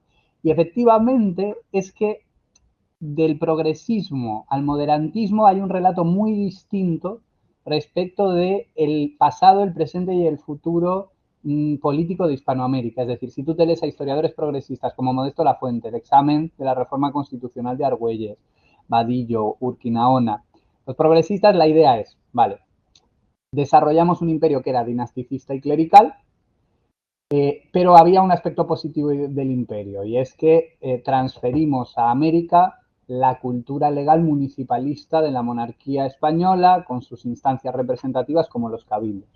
La idea de los progresistas además es, encima ellos lo tuvieron más fácil porque el absolutismo regio fue mucho más fuerte en la península que allí. Entonces sus élites beneméritas pudieron desplegar sus capacidades políticas en el gobierno local. La idea es, las revoluciones de 1808 a 1824 no fueron revoluciones de independencia, en realidad fue el liberalismo hispánico y las tradiciones constitucionales de la monarquía en efervescencia en todos los puntos del planeta. Y encima nosotros, los héroes del progresismo, porque muchos... Agustín Argüelles, cuando cuenta esto, es que él había participado. Esto es lo interesante de estas interpretaciones, que son interpretaciones de actores que han participado del colapso imperial. Nosotros les dimos la Constitución de Cádiz, que era un poco la sublimación, la recuperación total de esa cultura constitucional municipalista de la España medieval, llevada a la forma de un Estado constitucional moderno para todo el imperio. El relato a partir de los años 30, aunque Argüelles, Vadillo son muy reacios a reconocer que ellos mismos habían defendido la prerrogativa de España frente a América, reduciendo la representación de los americanos, pero la idea es, bueno, la Constitución de 1812 simplemente fue un acto declarativo de libertad, pero era imposible mantener unidas a sociedades con un solo gobierno representativo que estaban tan distantes. Y por eso la independencia ha sido la consecuencia orgánica y natural de estas revoluciones constitucionales, pero seguimos unidos por nuestras tradiciones políticas municipalistas, seguimos unidos por nuestra lengua. Si logramos que ese recuerdo de las revoluciones quede como una gran revolución panhispánica frente a la común tiranía de la monarquía absoluta, y permitimos que esos experimentos constitucionales que se están gestando allí se desarrollen siempre en armonía con los intereses de España, va a fructificar por sí sola una comunidad panhispánica de naciones, ¿no? Entonces Prim lleva esto en la cabeza, porque Prim es un progresista, ¿no? También en una línea interpretativa parecida a la América o a los editores de la América. Y por tanto su decisión de respetar a Juárez una vez de alguna manera ha sancionado lo que ellos consideran el mínimo común denominador del respeto a la propiedad y el pago de la deuda, es una decisión muy propia del panhispanismo progresista. Es decir, también es congruente con la forma que tiene el progresismo de ver las relaciones transatlánticas de España. Lo que pasa que el que toma que esto es muy Robinson y Gallagher, ¿no? No solo es una cuestión de que cambien los gobiernos entre 1860 y 1868, es una cuestión de que los agentes on the spot, o sea, los agentes sobre el terreno, al final son los que toman la decisión. Porque Madrid, una vez has desembarcado de Cádiz, pierde autoridad decisoria, ¿no? La diferencia es que Prim, con toda esta cultura política del panhispanismo progresista, toma esa decisión, pero el que decide en Perú, bueno, los que deciden son Méndez Núñez y Salazar y Mazarredo. Y tanto Méndez Núñez como Salazar y Mazarredo están mucho más alineados, de hecho Salazar y Mazarredo es la diva de esto, ¿no? Con la idea liberal moderada intervencionista, ¿no? Entonces, la diferencia está entre las ideologías y motivaciones de esos dos agentes sobre el terreno. Y claramente, la primera termina en un refuerzo muy grande de las relaciones entre España y América, y la segunda termina en un desastre, porque lo que no hemos dicho es la posguerra. La posguerra es desastrosa para las comunidades españolas en Valparaíso, Guayaquil y Lima, porque les expulsan, porque les obligan a renunciar a su nacionalidad española, porque atacan sus negocios. Eso es otra historia también muy interesante, ¿no? Y respecto a lo que decía Eber, pues fíjate que no hemos encontrado... ¿Tú has encontrado menciones a Alemania, Miquel? He encontrado en Filipinas. Pero no en Sudamérica, no. Yo creo que todavía no, o sea, tienden a tener una consideración de esa relación de América como un espacio de competencia geopolítica entre Reino Unido, Francia y Estados Unidos todavía, al menos hasta 1866, ¿no? Y luego Italia empieza a aparecer ya en 1866 también como una suerte de actor a batir, de enemigo a batir, ¿no? Pero de Alemania todavía no hemos visto mucho. ¿Y cuál era la segunda pregunta? Perdóname. De Estados Unidos acerca de las acciones españoles. Bueno, eso es muy interesante también, ¿no? Porque, a ver, Estados Unidos, esta es otra cosa, en mi modelo aparece, que justo, fíjate, la intervención ucraniana, o sea, la intervención rusa en Ucrania y esta intentona española, estas intentonas españolas o este intervencionismo español en Santo Domingo, en México, en Perú, igual que el intervencionismo francés con el intento de crear la monarquía, coinciden con un momento de debilidad interna y de percepción de debilidad geopolítica de los Estados Unidos. Porque no hay que olvidarse que en 1861 empieza la Guerra Civil estadounidense. Y además las expectativas respecto de la guerra que tienen los europeos no son tan halagüeñas para el norte. Es decir, lo más plausible a las alturas de 1862 es que haya una suerte de escisión de los estados del sur o que en todo caso la Unión salga herida de muerte, ¿no? Y por tanto eso da una estructura sistémica de oportunidad para ser mucho más expansivos, para tratar de crear una suerte de internacional monarquista, conservadora europea en las Américas, ¿no? Entonces Estados Unidos en esto tiene una actitud muy prudente, aunque y esto el viaje de Vicuña Maquena es súper divertido, otro episodio muy poco estudiado, pero Vicuña Maquena es el agente chileno que llega a Washington para hacer una campaña tremenda entre las audiencias estadounidenses para defender que se cumpla la doctrina Monroe. O sea, Chile se convierte en el gran defensor de la doctrina Monroe. Venid a protegernos. La opinión pública apoya a Vicuña Maquena, da unos mítines multitudinarios, organiza también un periódico contra la dominación española en Cuba, La Voz de América, compra 2 barcos de guerra, lo hace ilegalmente porque Estados Unidos se había declarado neutral, pero el gobierno estadounidense, todavía en 1866, que está en pleno proceso de reconstrucción, no quiere tener nada que ver con ninguna iniciativa internacional que pueda enfrentarle a España.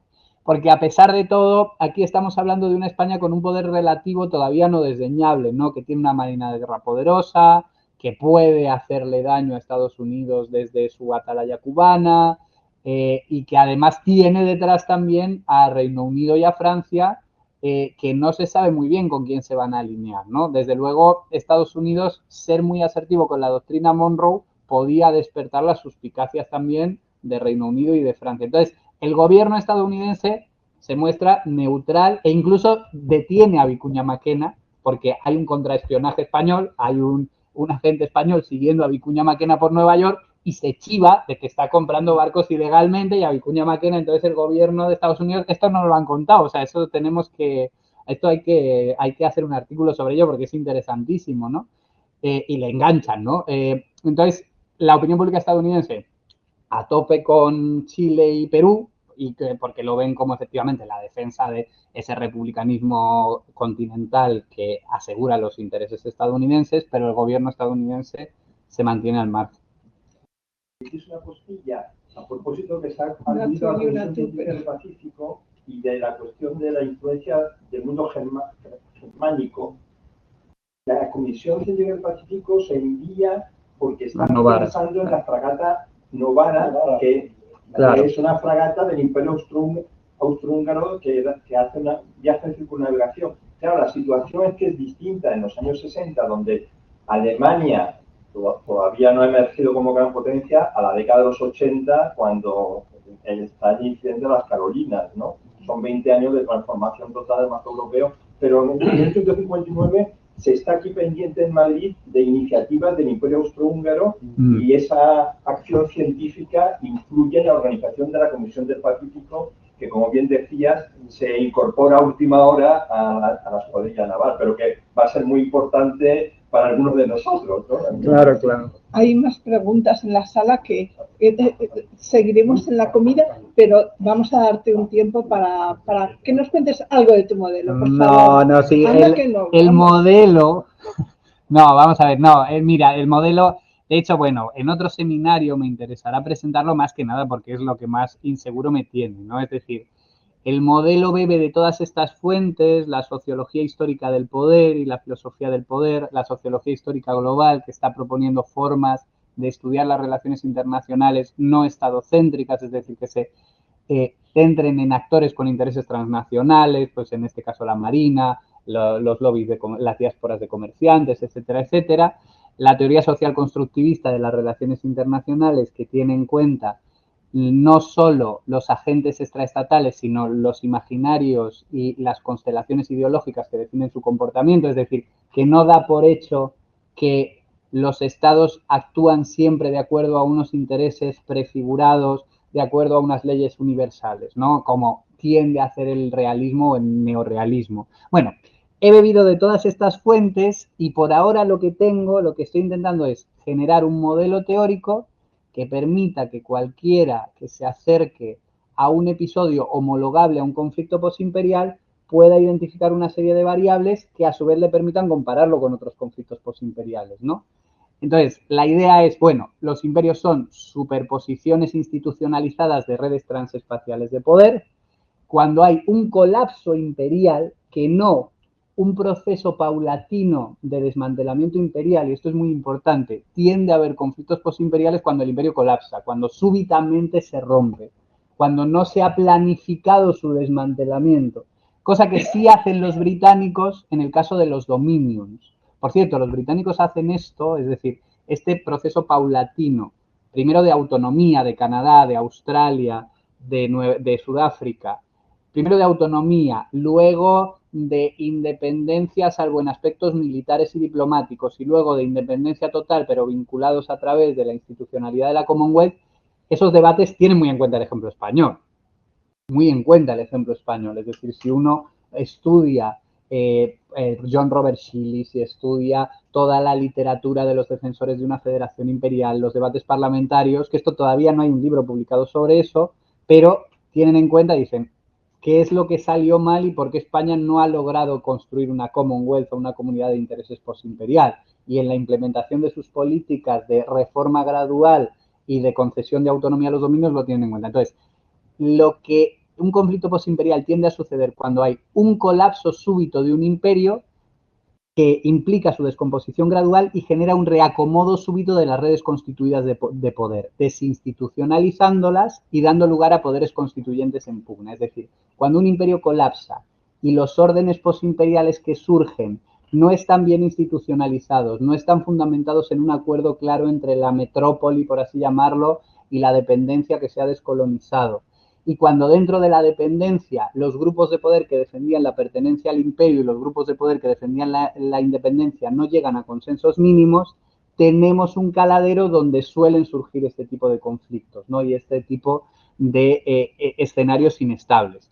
Los conflictos postimperiales entonces los definimos como guerras, intervenciones o enfrentamientos diplomáticos que implican a uno o a más estados que formaron parte del mismo sistema imperial y devienen de las tensiones congeladas dejadas por el colapso de un imperio. Puede haber tres tipos de conflictos postimperiales en este modelo. Reimperialización es cuando el antiguo centro imperial ataca a una de las periferias imperiales, aunque no me termine de gustar mucho esto de centros y periferias, pero bueno, entre comunidades y grupos de poder pertenecientes al viejo sistema imperial, es decir, la descolonización súbita de la India, sin duda tiene mucho que ver con los posteriores enfrentamientos entre la India y Pakistán, porque ese sistema institucionalizado de relaciones entre la población hindú y islámica, esos equilibrios de poder que la institucionalidad imperial había de alguna manera normalizado, se quiebran en el momento de la independencia y precisamente por esa naturaleza abrupta y conflictiva no se logran resolver, derivando en la formación de dos estados que tienen tensiones muy potentes, ¿no?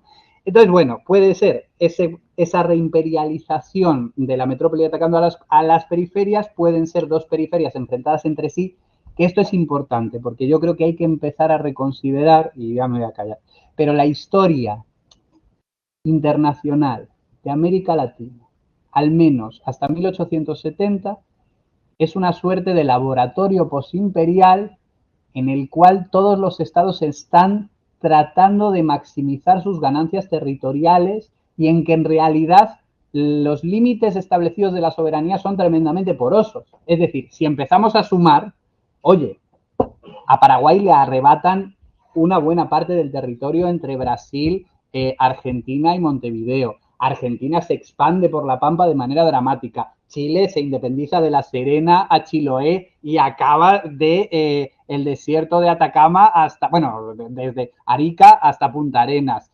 Perú trata de establecer en varias ocasiones una suerte de revival territorial del antiguo virreinato con la Confederación Peruano-Boliviana.